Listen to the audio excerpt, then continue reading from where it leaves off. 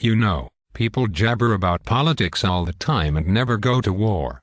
The issues were a source of arguments, but the real reason the fighting broke out was due to the events that took place prior to the war. President Thomas Jefferson acquired the Burr, Louisiana Purchase in 1803. This purchase opened up lands west of the Mississippi.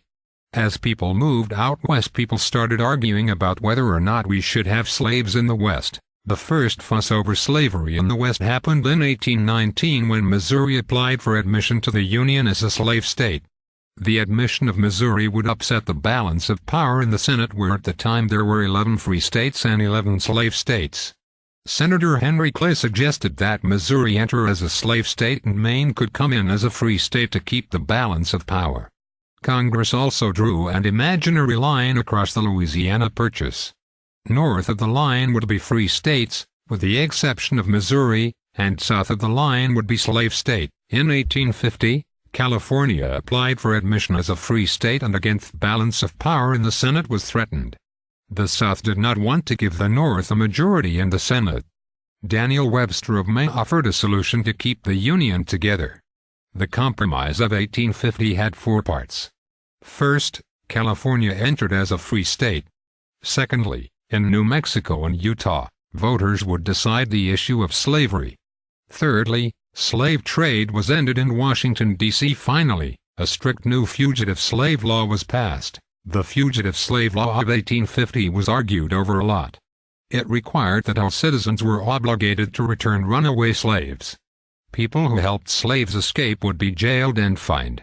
The law made the Northerners mad because it made them feel a part of the slavery problem, which they opposed. After Harriet Beecher Stowe wrote Uncle Tom's Cabin in 1852, the people in the North were even more determined to end slavery.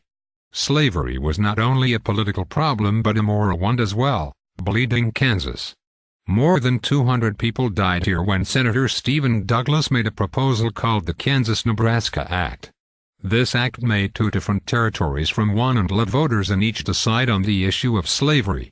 Northerners got mad because the proposal under the Missouri Compromise. In 1857, Dred Scott was a slave who applied for freedom. His master had moved to Wisconsin, which was a free state. Scott took his master to court, but the court decided that Dred Scott was not a real person but only somebody's property. People really got bothered by the decision. John Brown and a group of followers organized a raid on Harper's Ferry in Virginia, which was a federal arsenal, in 1859. He was hoping to start trouble with a slave uprising, but instead General Robert E. Lee captured him.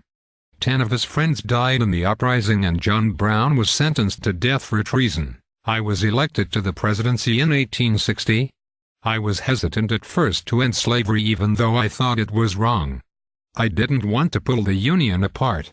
The big fuss was not over whether or not to end slavery in the South but on how to keep it out of the West. After my election, the South was done. They began seceding from the Union. South Carolina was the first to leave in 1860. 1 year later, a total of 7 states had pulled out of the Union. Most of the Southerners expected a peaceful secession. They did not anticipate that their action would lead to bloody conflict. They were wrong. The North attempted to resupply Fort Sumter in South Carolina when the South attacked after demanding the North leave. Shots were fired and it seemed that everyone was yelling for more. I called for 75,000 volunteers to suppress the rebellion, and so 4 more states also declared their secession and joined the Confederacy. The Civil War had begun.